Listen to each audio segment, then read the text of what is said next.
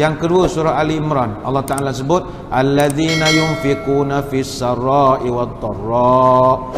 Ini kena jadi keamalan, iaitu orang yang pada bulan Ramadan ini dia suka berderma, sama ada ketika dia senang ataupun masa dia susah.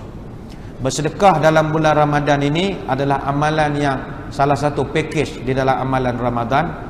Sebab itu kata para sahabat, Nabi SAW ni dia terkenal orang yang tak kedekut, asja'un nas wa ajwadun nas. Nabi ni berani bersedekah walaupun duit tak ada, dia sangat pemurah. Tapi kata Ibnu Abbas radhiyallahu anhu, bila tiba bulan Ramadan dia punya laju bersedekah kana ajwadu bil khair min rihil mursalah, hadis Bukhari. Dia punya laju lebih laju daripada angin bertiup lagi, cepat dia nak bersedekah. Orang lain tak sempat, dia buat dulu. Kenapakah sangat digalakkan bersedekah di bulan Ramadan? Nombor satu, pahala luar biasa. Pahala luar biasa. Ada hadis kursi sebut kullu hasanatin bi asyri amsalha ila 700 dha'fin illa siyam fa innahu li wa ana ajzi bih. Setiap amalan kalau buat antara 10 sampai 700 kecuali puasa, aku sendiri yang bayar.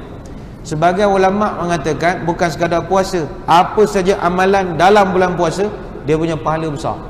Ada yang tolong buat kira-kira. Hari biasa kita punya pahala 10 markah. Mana bulan Zulkaidah, Zulhijjah, Syawal, tuan-tuan sedekah RM1, malaikat tulis RM10. Tapi bulan Rejab sedekah RM1, dia tulis RM70. Bulan Syakban sedekah RM1, tulis RM700. Tapi bulan Ramadan sedekah RM1, tulis RM1000. RM1000. 1000 pahala setiap perbuatan. Sebab itu elok kita ubah budaya angpau duit raya. Jangan beri Syawal, beri pada Ramadan. Mana 2 hari lagi nak raya, sehari sebelum nak raya, panggilkan titah mengadap anak-anak saudara kita datang ke rumah. Yang tak dahaka lah, yang dahaka bila lantaknya. Mana yang tak dahaka datang mengadap. Tak nak datang sudah. Mana yang nak datang mengadap, panggil. Mana yang salam cium tangan lebih sikit, berilah lebih sikit. Mana yang jenis cium sampai ke siku, tu 50 beri. Mana cium sikit-sikit tu RM5 lah bagi. Bila dia orang tanya, Pak Su, ngapa belum raya dah bagi? Beritahu, Pak Su nak kejar pahala. Dia pun buka envelope. Apa saya RM1 je Pak Su? RM1 di sisi awak, di sisi Allah RM1000. Jangan mengata bulan puasa tak habis lagi. Salam cium tangan semula pun tak apa. Saya ingat boleh buatlah budaya tu nanti. Dah sedekah tu pahala lebih lah, pahala lebih. Mana 1 Syawal bagi tu bagi juga, tapi sebelum tu kena bagi dululah, advance. Kata Pak Su bagi deposit dulu ya, untuk nak kejar pahala ni. Awak tak faham kalau aku ceritakan menjadi ceramah. Kata aku bagi dulu RM50 hari ni, RM10 hari esok, boleh? Itu tak pun RM10 hari Ramadan, RM50 Syawal. Janji kita nak pahala lebih sikit lah. Nak dapatkan pahala fadilat 1000 tu. Mengira tu lah, nak ngira kan. Yang kedua, kalau kita sedekah bulan puasa ni, salah satu perkara yang sangat digalakkan adalah memberi atau menaja orang berbuka puasa. Ini pahala makan komisen atas angin ni. Ni orang kaki bisnes, kaki projek, dia suka buat kerja begini. Kita tak buat kerja. Kita ada hadis Nabi sebut, man fatara sa'iman kana lahu mithli ajrihi ghaira annahu la yanqusu min ajri sha'imu syai'a. Hadis Tirmizi. Siapa yang belanja satu orang berbuka, segala amalan orang tu kita sedut macam makan siput sedut ghaira annahu la yanqusu min ajri sha'imu syai'a, tapi taklah mengurangkan kota pahala orang tu. Kita makan komisen saja. Macam contoh, kita ada tok imam masjid misalnya.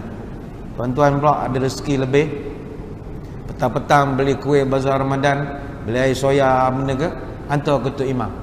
Tok imam ni daripada pagi dia beramal, baca Quran, semak bacaan, zuhur jadi tok imam, baca Quran, zikir. Dia tak banyak buat kerja tak senonoh. Suruh kita ni dia ada dunia dia. Kalau dia buat kerja tak senonoh, tak ingat Fatihah ke Fatihah pun lupa, tak boleh.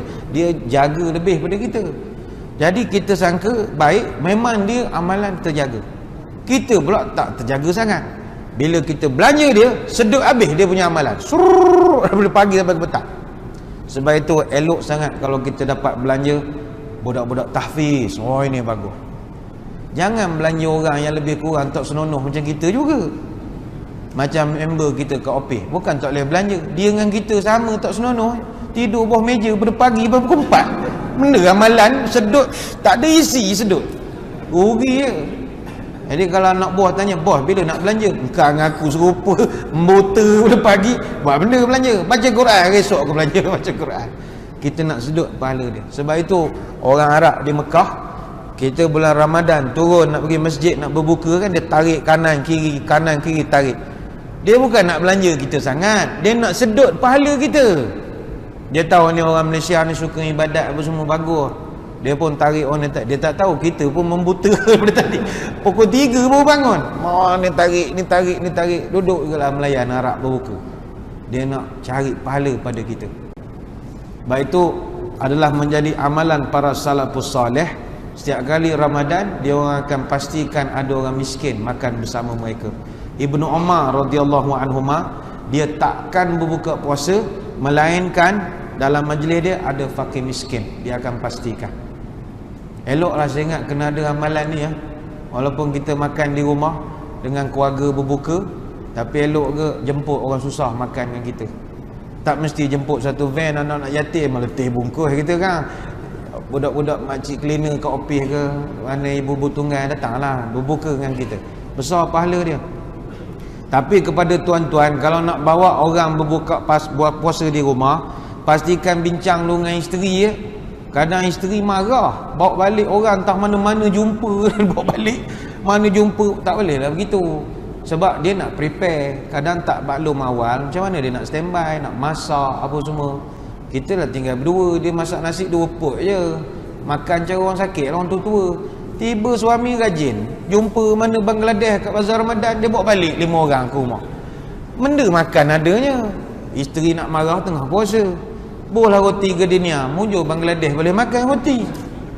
Hari esok bawa lagi Nepal, mana jumpa pula 5 orang. Isteri dah start nak berbulu dah ni. Hari ketiga dia jumpa jemaah tabligh Indonesia, mana 5 orang bawa balik. Isteri tak boleh tahan. Tengah 7:21 azan, tutup lampu blackout. Dia pergi kat suami, tarik telinga, bang, lain kali nak bawa tamu, bukan saya marah, boleh, bagus, tapi bincanglah, saya boleh masak, malu saya macam ni. Takkan hari nak bagi buah kurma ke orang, macam tak ada orang perempuan di rumah ni, malu saya macam ni. Dia tarik telinga suami ni. Sekali keluar suara, aku tetamu lah, salah telinga pun. Dia tarik telinga Indonesia ke pun. Cerita lah. Begitu juga ada satu orang tabi'in, Ibn Shihab Al-Zuhri. Ibn Shihab ni, dia ni tabi'in junior. Dia tabi'in ada beberapa level. Kalau tabi'in yang senior macam Urwah bin Zubair, Sa'id bin Musayyib tu yang senior. Kalau macam Ibn Shihab Az-Zuhri ni level bawah. Dia ni terkenal sebagai orang yang membukukan ilmu hadis di atas titah perintah daripada Khalifah Umar bin Abdul Aziz. Dia ni tiap kali bulan Ramadan, dia tutup semua kelas pengajian hadis dia buat 2 perkara je. Pertama baca Quran, yang kedua bagi orang miskin makan. Amalan dia. Begitu juga Hammad bin Abi Sulaiman rahimahullah. Siapa Hammad bin Abi Sulaiman?